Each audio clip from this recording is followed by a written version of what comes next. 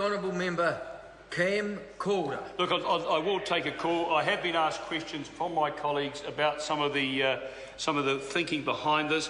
I want to commend the ex-police officer Mike Sabin, who has shared the benefit of his experience in law enforcement and who understands how dangerous these devices are. Now, look, as we know, this is the meat of the bill. There were no submissions on any other clause.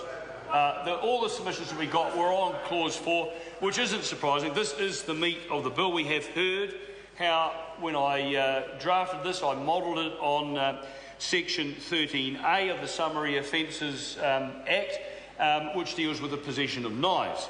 Now, 13B, this is Clause 4, is a new section. And Clause 4, when it was initially drafted, it inserted a new Section 13B that not only made it an offence for a person to have a handheld laser in his or her possession in a public place without reason or excuse, but provided the police with the warrantless power to seize and detain that handheld laser. Now, in our debate in the Select Committee, it was pointed out that that wasn't necessary to have that seizure provision, and the committee came to the conclusion that we should delete that seizure provision in Clause 4, Section 13B2, because it is not necessary, as seizure powers became available to police under the Search and Surveillance Act in 2012. So we had a number of submissions, and I'll just put the eyes of a couple of them to give you a flavour. The Director of Public Health, Dr Darren Hunt, stated that the current definition of handheld laser, which I had originally drafted in the bill, was too broad and would inadvertently capture many devices that actually pose minimal public health or safety risk. So he made the point, which was picked up by the committee and I think echoed by some other submitters, that we should use the definition in the Health High-Powered Laser Pointers Regulations 2013 and the Customs Import Prohibition High-Powered Laser Pointers Order 2013, which we have touched upon previously in this debate. And he felt, and the committee agreed, that adopting this definition would restrict the application of the bill to laser pointers with a power output greater than 1 milliwatt, which of course reduces,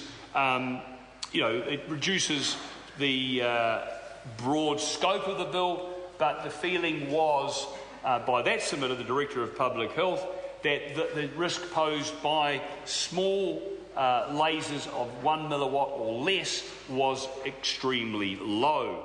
And the Royal Australian and New Zealand College of Ophthalmologists noted the same point, that generally the risks associated with using low power lasers up to Class 3, which is up to and including 1 milliwatt power output, are very low. So those were expert advice that from people that we respected, and we as a committee took that on board. So 13B,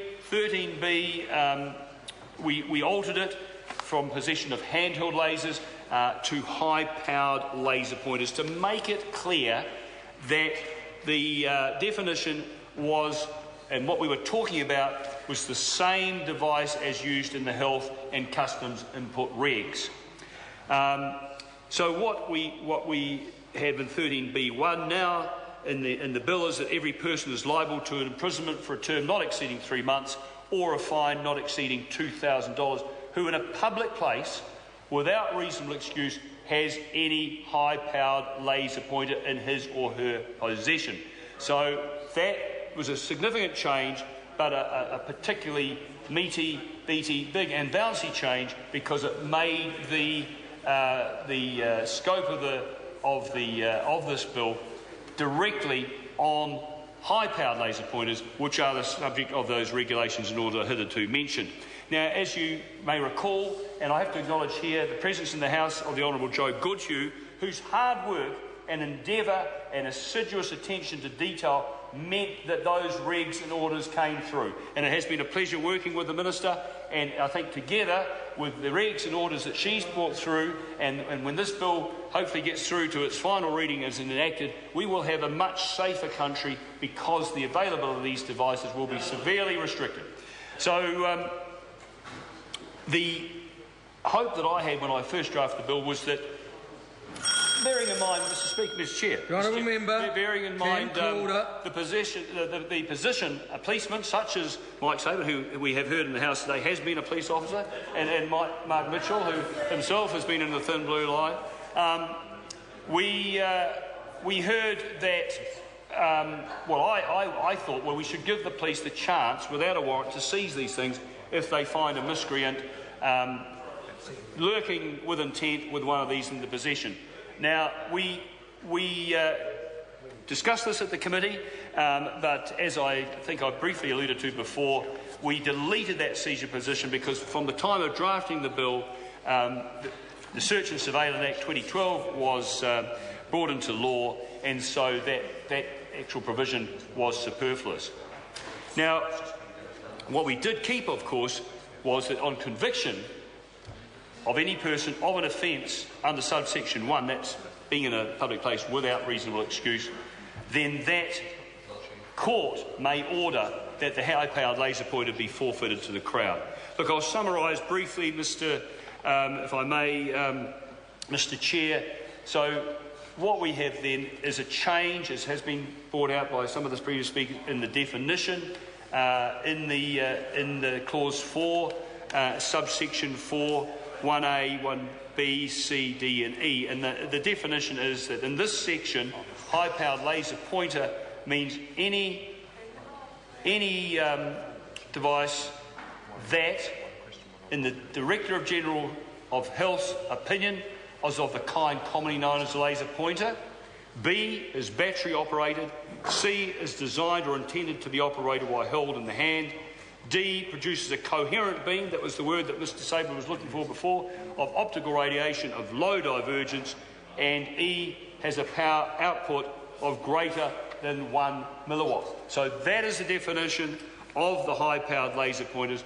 That is clear to all concerned. The police are happy with that. We debated it at some length at Select Committee, and indeed, as well as talking about the actual appropriate title and the commencement date, we did spend a significant amount of time on this section, clause 4 of the legislation, because we wanted to get it right. We wanted to make it simple to understand. We wanted to have coherence between the regulations and the order governing the importation and supply. And Mr. Chairman, I think the committee achieved that. And I have to once again acknowledge the collegiality on the committee, members of all sides of the House agreeing that this was a worthy bill. It will make New Zealand a safer place. It is a good bill, and I am very pleased that it has got to this stage. And my only regret is that it appears from, unless things change, that I won't have a chance to speak on the third reading of this bill, which I believe is timetabled for after I've given my valedictory speech.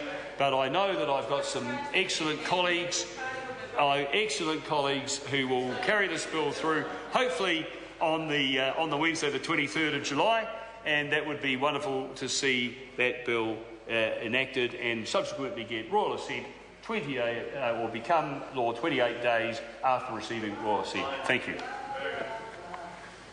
The question is that clause 4 stand par. Those in favour, please say aye. Aye. To the contrary, no. The ayes have it. I will report this bill without amendment presently.